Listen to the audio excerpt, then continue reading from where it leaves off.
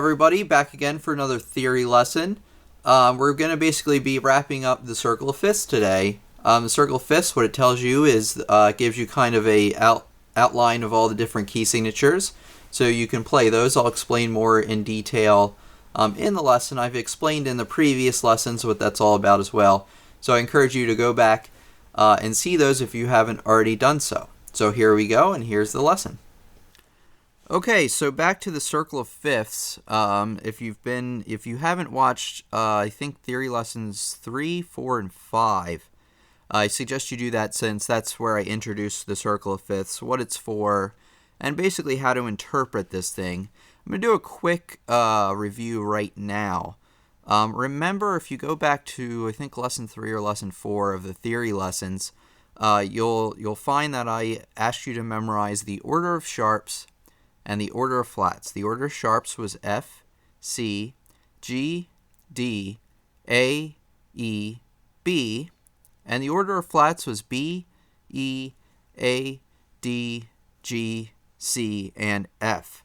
If you remember, the reason I had you memorize those is the order of sharps is the order in which you add the sharps. So the first key, which has a sharp, which is G, has one sharp, F. The next one has FC.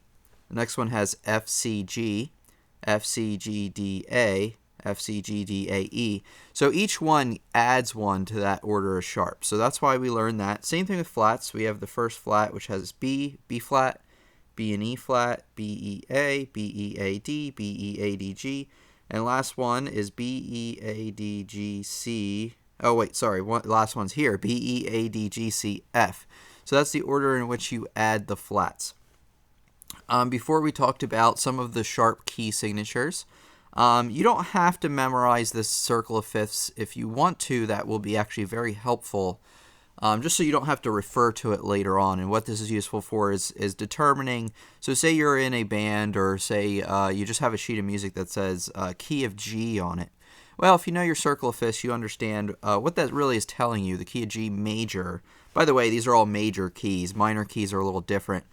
So we have the key of G, and it has one sharp. So that's why we learn these things, and you know that that sharp is F sharp.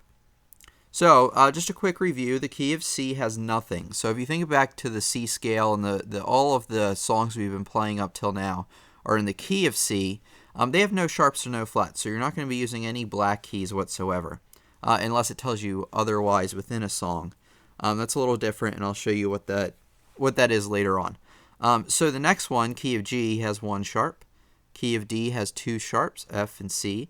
Key of A has three sharps, F, C, and G. Key of E has four sharps, F, C, G, D. Key of B has five sharps, F, C, G, D, and A. Key of F sharp has six sharps, F, C, G, D, A, E. And C sharp has all six sharps, F, C, G, D, A, E, B. So I'll post this up on the wiki. You can also find this online, I think, somewhere other than the wiki. Well, the circle of fifths is very common, so you can probably find it almost anywhere, some version of it anyway. So that's all the sharp key signatures. So when you move clockwise around the circle of fifths, those are all the sharp key signatures. The ones with the flats go around in counterclockwise motion. So you start with F. Has one flat. What flat is that going to be? Well, think about your order of flats and count to the first one. Well, that's B. So B is flat. And then you have the key of B flat, which has two flats, which is B flat and E flat. And then you have E flat. Key of E flat has three flats, B flat, E flat, and A flat. Key of A flat has four flats, B flat, B, E, A, and D flat. D flat has B, E, A, D, G. G flat has B, E, A, D, G, C, and C flat has all seven flats, B, E, A, D, G, C, F. So I want to point something out here, something it's pretty easy to memorize. Just memorize that the key of C has 0. It doesn't have anything. 0 sharp, 0 flats. The key of C sharp has everything sharped, and the key of C flat has everything flat. So regular C, nothing. C sharp, 7 sharps. C flat, 7 flats. Probably the hardest key signatures to play with are the ones with more sharps and more flats, usually. but everybody's a little bit different. How you figure out, let me think about this for a second. So how you figure out which key has how many sharps and how many flats. So the order of sharps only helps you to determine the order in which you add the sharps, but it doesn't tell you what key, like letter key, that you're in. There's a couple different ways of doing that. One way to do it is to find the sharp, the last note that's sharped. In this case, that's F sharp. And you think about what a, so I don't have the keyboard on, but here's F sharp. What you do is you find the last sharp, the one all the way to the right, and you go up a half step. And that tells you the letter of the key. So a half step above F sharp is G. Let's take a look at this next one to see if this example holds water. So we have F sharp and C sharp. Remember, you're going to take the rightmost sharp. So that's C sharp. Let's play C sharp here. Let's move this over right here. A half step above C sharp is which note? D. So we're in the key of D.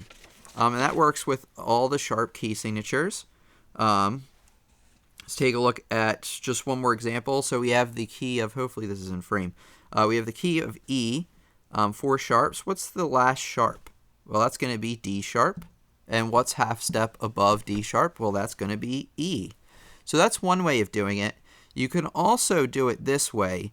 You can start by saying your order of sharps and start counting at G. So what I mean by that is you're going to say F, C, G, D, A, E, B, but you're going to start counting at G, and G is going to be 1. So you're going to go F, C, G has 1, D has 2, A has 3, E has 4, B has 5.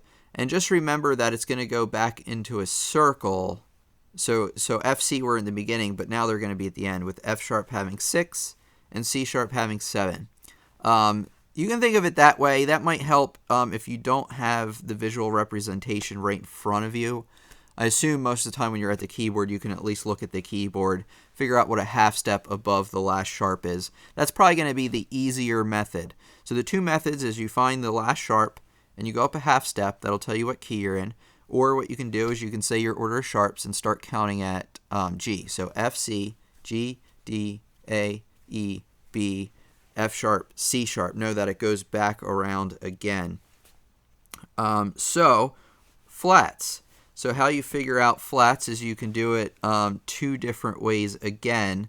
The one way is you can do it similar to the way we did it before, but with flats, first of all, well, C has nothing. It doesn't work with the key of F. To do this method, you'd kind of just have to memorize that F has 1 flat, and that's B flat. But the rest, if you're looking at them, you can figure them out quite easily by this method. So say we have the key of B flat. We have 2 flats, B flat and E flat.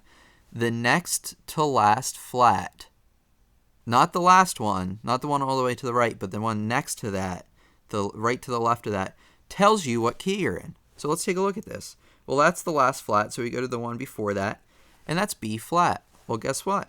That's what key we're in. Let's take a look at the next one. We have 3 flats, B, E, and A flat. We don't want that A flat because that's the last one. We want the one right to the left of that, which happens to be the middle one. And hey, take a look at that, E flat. Let's take a look at the next one, B, E, A, and D flat we have. So take the next to last one. Oh, hey, that's an A flat, A flat. You do D flat, next to last one is D flat. So I think you might get the idea by now. So to recap with the flats, you can do it 2 ways. Oh yeah, I didn't mention the second way. The second way is you say your order of flats and you start counting at B flat. This is the harder method, but probably decent if you don't have anything in front of you. So you start your order flats, so B, and remember that you have to say flats with all the flats afterwards. So B flat is 2, E flat, A flat, D flat, G flat, and C flat, remember, has all 7. So you start counting at just memorize that F has 1 flat, and then you start counting at B with 2. So B flat, E flat, A flat, D flat, G flat, and C flat. But if you're looking at the key signature, I'd say the easier method with both of these sharps and flats is to just look at, for flats, you look at the next to last one. That tells you exactly what it is. So there's B flat, B flat, E flat, E flat, A flat, A flat. Remember with the sharps, the easier method when you're looking at the key signatures is to take the very last sharp, the one all the way to the right, and you go up a half step, and that will tell you what key you're in. So that completes the circle of fifths. Just remember that it's important because you're going to be playing, especially as we go along, I think next lesson actually, we have a song in the key of G. So it's just important to know that the key of G has one sharp, and that F sharp, the key signature tells you which notes are going to be sharp or flat throughout the whole piece, unless it tells you otherwise. And I'll demonstrate that as we get a little more complicated. So there you have it. That is, I think, the last lesson. I may do a quick review later on of the circle of fifths. So leave me any comments and questions as always, and thanks for watching, and I'll see you for the outro. All right, everybody, that wraps up Theory Lesson 6. What we talked about today is we wrapped up the circle of fifths, which tells you what each key is and what sharps and flats each of those keys has. If you have any other comments or questions, you can leave those in the comment section below. Also, I'm going to post this, I think I already have, the circle of fifths to the wiki, so you can study it. You don't have to memorize it, but it is helpful to, at the very least, understand what it is, to be able to play those different kinds of key signatures and things. And in the future lessons, I think the next piano lesson, in fact, will have songs in different key signatures, starting with G, probably the easiest one next to the key of C. So we'll go from there. So anyway, thanks for watching as always, and I'll see you guys and girls next time.